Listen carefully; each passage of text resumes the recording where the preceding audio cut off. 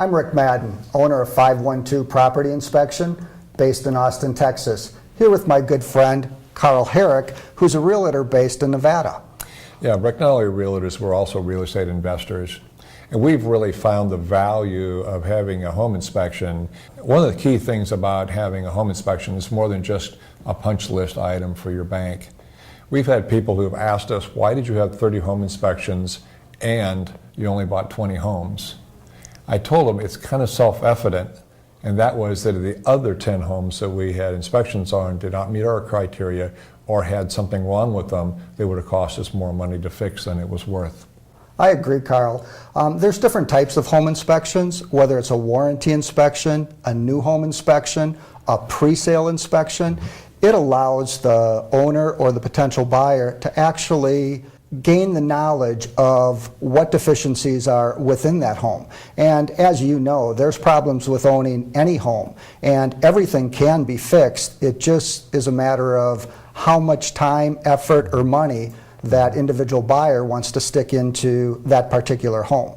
I think a key to us, as far as home inspections are concerned, was that when we were investing in homes, we were going to rent those homes, and that's the income that we're going to live on as retired people.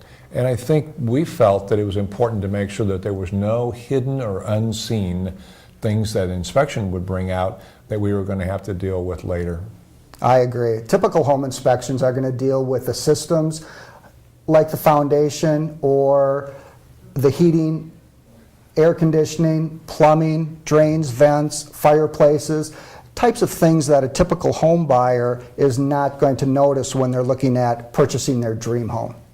Well, I think one example that we had was that we were just about ready to purchase a house. We'd gone through all of the approvals and things like that, and we had our home inspector come out within the inspection period. He took one look at the house and said, what did the home builder say about this particular home? Because the arches and the door jambs were slightly offset. And I said, well, they told us that it was because the home had not been heated and cooled properly while the house was vacant. And he said, well, let me check. And Rick, just like you, he went up in the attic, opened the attic door, and he basically said, we're leaving.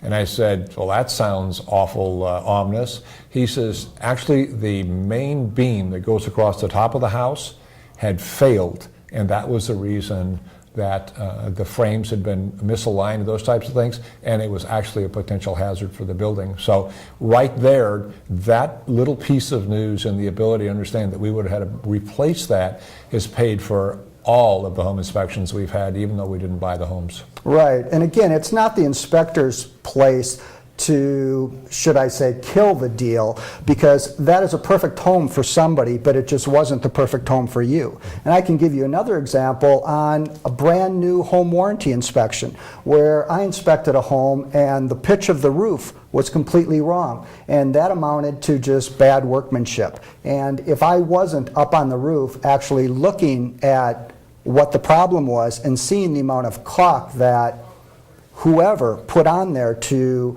deter any leaks from happening, that homeowner would have never known. Their warranty would have expired, and they would have been on the hook to repair what is a $400,000 house, and how much money that would cost to repair the roof, who knows? So not only the pre-inspection, home warranty inspections, in my opinion, are very important also.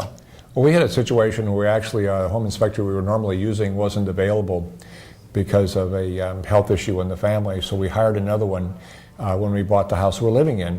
He came out, did the home inspection, looked out through a couple of the windows, said the roof looked fine. Less than 3 months later, we had water flowing through the ceiling in our office, and it was actually pooling up on the hardwood floors. Luckily, we caught it quickly enough that we could dry it up and it didn't turn into ruining the hardwood floors. But if they'd done the type of work that she would have done, he would have seen that the way that they brought the flashing up to the side of the house was incorrect and could have saved us a lot of effort and really having to put a new roof on that part of the house. Right, you are absolutely correct. So I guess the moral of the story is home inspections are well worth the money. I think they're not only well worth running, they help you sleep at night when you buy a brand new home. Well, I think one of the key things that I know that you do, Rick, and some of the really good home inspectors do, is that instead of standing across the street, maybe on the back of their pickup, and using a set of field glasses or binoculars to see how good the roof is, you actually get up on the roof very carefully so you don't damage the tiles or the roofing, but do the inspections so that you actually get a chance to see the way the roof is built. That's correct. I do things a little bit different than what a lot of inspectors do, where I typically only schedule one inspection per day because I look to spend 3 to 4 hours inspecting a property, and I feel that's the right way to do it. I get up on the roof and I really look at what problems may exist. And I have an example of a home warranty inspection that I did on a $400,000 house. And it turned out that there was just some bad workmanship when the home was built. The house is 11 months old, and I noticed that the pitch of the roof was incorrect, and water was pooling, and there was a large amount of caulk that was used to keep any leaks from happening. I can tell you that the homeowner was very happy that he invested in the cost of the inspection, and the builder was not happy and was able to go back and see what subcontractor actually did that type of work and address that issue. But the long story short, in that scenario, the homeowner is able to get the problem fixed before it shows up years down the road and it's no longer under warranty. Mm-hmm.